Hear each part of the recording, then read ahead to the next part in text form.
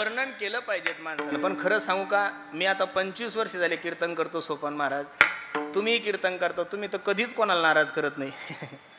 कोणालाच नाराज करत नाही. हा व्यक्ती असा आहे, दारुड्या जरी असलं तरी त्याला बाबूरावच म्हणणार, बरोबर आहे का नाही? कोणालाच नाराज करत नाही. सगळ्याचे मन राखून राखून राखून पदरात दुःखच पडलं. आणि मग मी तरी का गोड बोलू?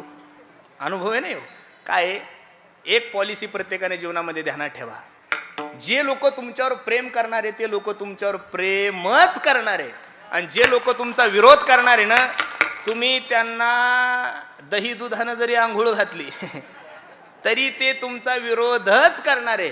आणि मग आता एवढ्या 13 कोटी लोकसंख्येमध्ये 100 जर विरोधक नसेल तर तो का माणूस आहे का महाराज? तेवढे तर पाहिजेतच ना महाराज, बरोबर आहे का नाही? 13 कोटी लोकसंख्येमध्ये मानणारे जर 5.5-6 कोटी झाले तर 100-150 लोक पाहिजेत ना महाराज विरोध करणारे. विठ्ठल विठ्ठल विठ्ठल विठ्ठल.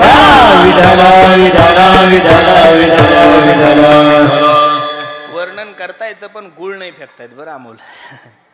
आता हे गुळ फेकणाऱ्याचं जग आहे. काय करता, शिरूरला माझ्या एका मित्राने कीर्तन घेतलं. माझं 15-20 वर्षापासून माझा जिवलग मित्र आहे.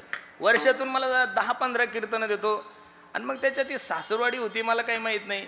आणि त्यानं सुंदर कीर्तन दिलं, मानधन वगैरे सगळं व्यवस्थित ठरलेलं होतं. आणि नेमकं माझ्याकडून काय झालं, सर्वांचं नाव घेतलं. आणि ते पुढं आता मला 15 वर्षापासून माझा मित्र आहे, घेतलं काय नाही घेतलं काय, त्याच्याच घरी रात्री मुक्कामाला होतो, जेवण वगैरे करून आलो. आणि नेमकं त्याचंच नाव राहून गेलं. कीर्तन संपलं, नारळ दिलं, पाकिट हातात आल्यानंतर मी हळूच म्हणलं, माझ्याकडे का ड्रायव्हरचं पाकिट आलं का? आता ती वजनाची सवय ना दररोजची, पैसे मोजायची गरज नुसतं हातात घेतलं तरी कळतं एवढा अभ्यास झाला, बरोबर आहे का नाही? आणि मग शिरूरचा उड्डाण पूल पास करून, तो नदी पास करून पुढे गेलो, पाहिलं, म्हणलं टिलू तुझं पाकिट माझ्याकडे आलं का? बघितलं तर 5,000. मी त्याला म्हणलं काही माझं चुकलं का? चुकलं नाही म्हणे. कीर्तन कसं झालं म्हणे? सुंदर झालं. अरे म्हणलं मग 5 का? अहो म्हणे महाराज मी तुम्हाला तारीख दिली, माझी सासूरवाडी होती ती, आणि तुम्ही माझं एकदा सुद्धा नाव नाही घेतलं. अरे म्हणलं मग नाव न घेण्याचे डायरेक्ट 45 काढतो का? म्हणलं इतकी थोडी कटिंग असते काही, 2-3 हजार ठीक आहे. अवघड आहे. लोकांना खूप सवय झाल्या. मी नारदाच्या गादीवर सांगू, ज्याला घरात बायको विचारत नाही महाराज, त्याला सुद्धा असं वाटतं की महाराजांनी माझं वर्णन केलं पाहिजे. नाही, माणसाने माणसाचं वर्णन करणं म्हणजे गाढ वनशेत खाल्लं पाप ना पुण्य महाराज. वर्णन संतांचं करावं आणि देवाचं करावं, निश्चित पदरामध्ये पुण्य पडल. विठ्ठल विठ्ठल.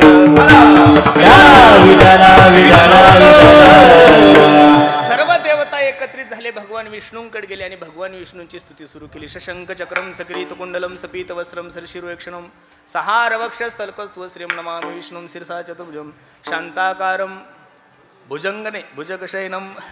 मी भुजंगच म्हणत होतो, बरोबर आहे का नाही? पद्मनाभम सुरेशम विश्वाधारम गगनसदृशम मेघवर्णम शुभांगम लक्ष्मी कांतम कमलनयनम योगविर्ध्यानगम्यम वंदे विष्णू भवभयारम सर्व लोक एकनाथम. एवढं गोड वर्णन केलं देवाचं. देव सुद्धा गदगद झाला आणि देवानं 2 हात वर केले आणि सर्व देवतांना आश्वासन दिलं. आकाशाची वाणी सांगे सकळासे, आकाशाची वाणी सांगे सकळासे, आकाशाची वाणी सांगे सकळासे, तळमळ मानसी करू नका, तळमळ मानसी करू नका. आकाशाची वाणी सांगे सकळासी, तळमळ मानसी करू नका, तळमळ मानसी करू नका. देवकीच्या गर्भात येईल भगवान, देवकीच्या गर्भात येईल भगवान, देवकीच्या गर्भात येईल भगवान, देवकीच्या गर्भात येईल भगवान, देवकीच्या गर्भात येईल भगवान. रक्षिल ब्राह्मण काही भक्त, रक्षिल ब्राह्मण